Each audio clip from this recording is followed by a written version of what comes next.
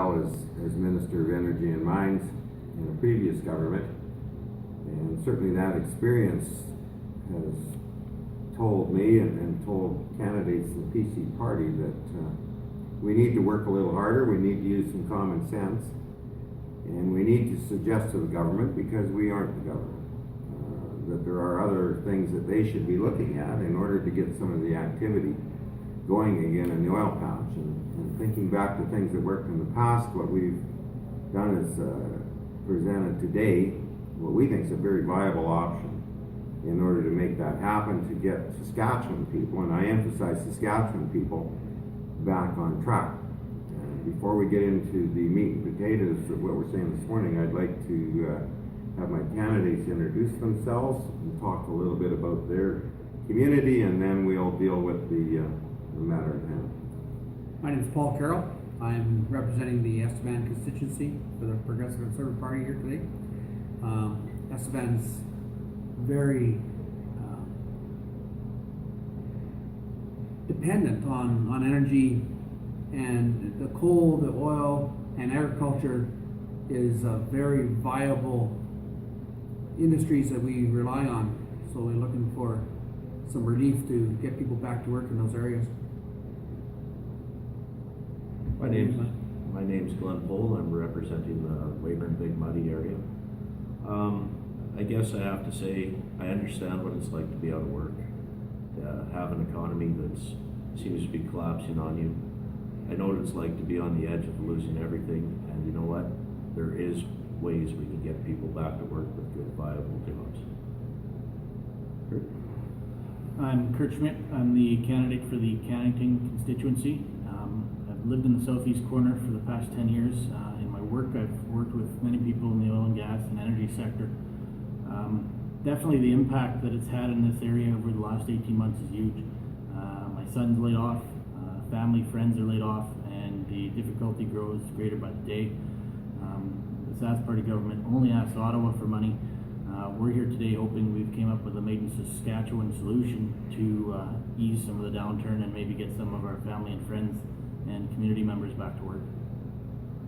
Thanks, guys. I mean, I'm very pleased. Paul's been an oil field electrician his entire career, and knows firsthand how many people aren't out working today.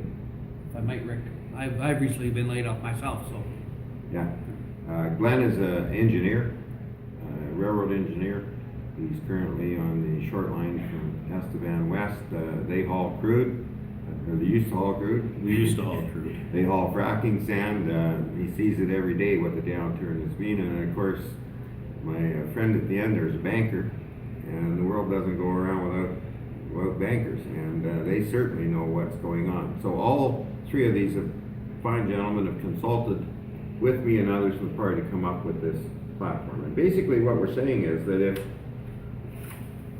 you're in the oil business, you're a Saskatchewan resident, you or your company files Saskatchewan income tax, we think that you're the kind of person that can kickstart the oil business in the southeast, in the Kindersley area, and in the Lloydminster area.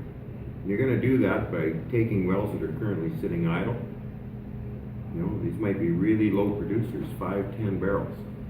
Those wells out there available today from people from outside the province or in, who currently have those wells shut in because of price. And we're saying that with a deposit of $10,000 and working with the government of Saskatchewan on a requirement to set aside temporarily part of the LLR program, or the Orphan Well program, that we can work with producers to bring some of those wells back on. And when we bring those wells back on, that means that somebody has to be out there servicing them, somebody has to be monitoring them, and somebody is once again taking oil from the ground and putting it back into the infrastructure, whether that be a pipeline, a truck, or in a rail car, and shipping it to markets. And when we do that, we create employment. And I know from my past experience as minister that in a similar downturn situation, by modifying the rules, using some common sense, I had guys in the Kindersley fields out there standing all day to swab 3 barrels of oil a day out of a well. Dirty, cold, hard work. But we made it worth their while to stand there and do that, and we think with some good old-fashioned Saskatchewan ingenuity and giving a break on the upfront money that's required, which isn't going to mean that there isn't money paid, because part of that production is going to go toward that fee. And that's the big difference here. We're saying we're giving you a break on the front end, but you're going to pay all the way along until you have sufficient production, which the big guys have already, to offset that particular fee.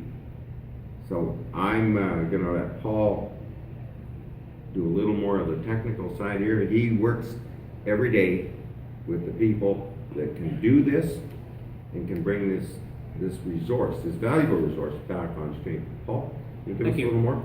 Yep, well, the License Liability Rating Program requires that a producer puts down a deposit, and if you have no production, then it's $80,000.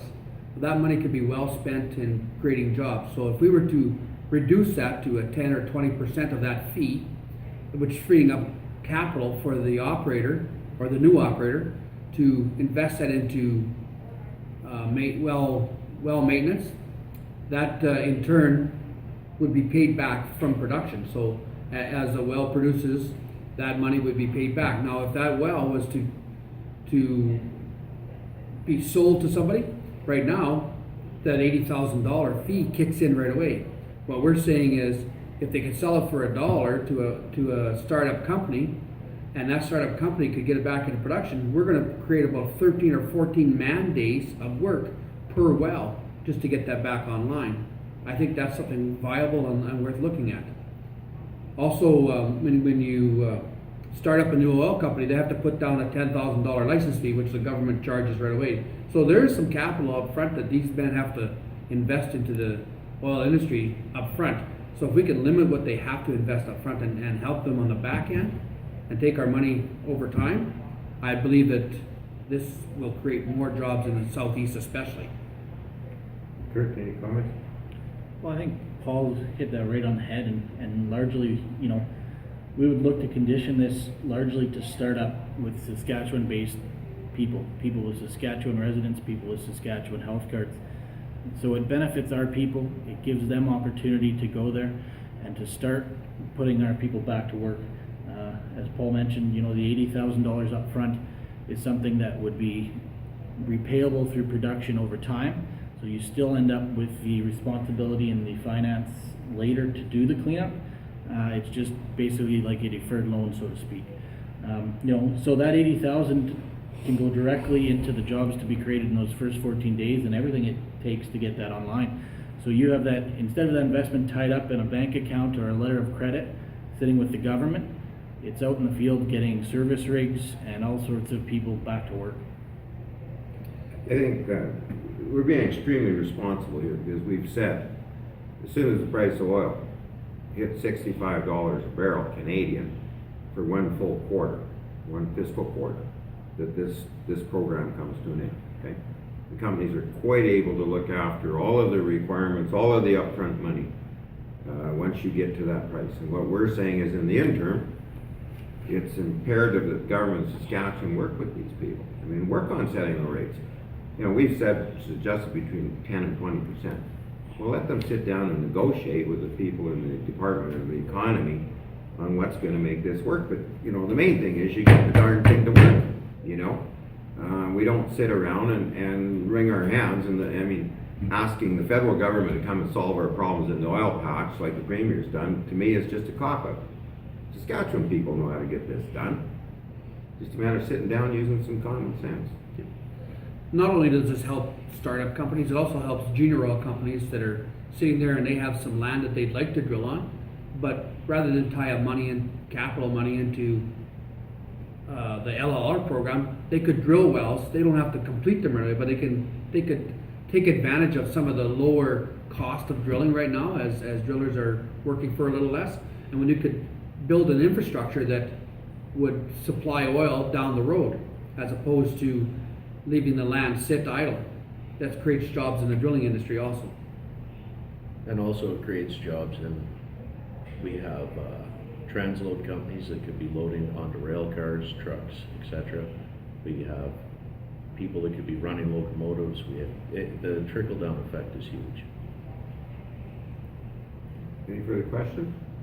What is the incentive to invest in oil when it is below $65 a barrel?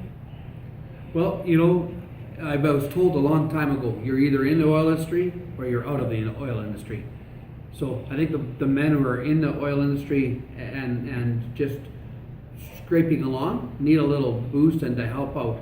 And there's a lot of people that are out of work right now, and this is a good way to get them back to work. This is cyclical business. You know, we've seen oil in past downturns down in that $10, $12 barrel range. That doesn't mean people didn't quit pumping oil. They didn't quit looking for oil. They didn't look at opportunities to pick up land bases, pick up equipment. I mean, you're always looking for an opportunity because we know at some point in time it will come back. And we really believe this program is just plain common sense. That in a downtime, you do whatever it takes, and we're not compromising the environment one little bit. We believe that the program is absolutely essential, and there is thousands of wells from a way back when that have been sitting around and they haven't produced for years and years and years and years, and that's a whole different business than what we're talking about here. We're talking about production that was around, is sitting, and there's local people, and that's what we emphasize here. That's why we're saying you gotta be a Saskatchewan person, Saskatchewan health card, Saskatchewan registration, and file Saskatchewan income tax. The big guys in Calgary will look after themselves, thank you very much. They always do. We're talking about the local folks here. So that's why we're doing this. That does include immigrants. Immigrants can have Saskatchewan health cards, pay Saskatchewan taxes, so you're open to... Oh, absolutely. Well, if they're working in the oil industry and they're paying Saskatchewan tax, their nationality makes no difference.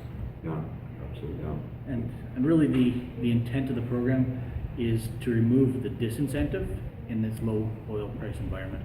And it defers the environmental liability for the intern to the government and allows the startup company or the small company to create local jobs and local community growth. All right, correct me if I'm wrong. I just want to clarify for myself. This does seem targeted more at the smaller oil companies. It certainly is. Absolutely. If we look at historically, all the big oil companies started as small oil companies. So what we're doing is we're creating a new generation of small oil companies to build our economy again. Because right now we've flattened out. It's time to start building again. And historically in our ridings of Estevan, Weyburn, Big Money, and Cannington, for the last 50 years since oil has been found in Saskatchewan, it's been the 1 or 2 or 3 barrel guys a day that have grown. They support the communities, they give back to the communities, they hire locally, they lay off slower because they can be more efficient, more reactive, and they also understand everything about that individual they employ. They're not just a number like to the big oil companies in Alberta. It's local, it's Saskatchewan, and it's a homegrown idea. These people that work in these jobs too, this is what spurs your economy. These are the people that are out spending, buying homes, supporting a family. These are the people that need to work.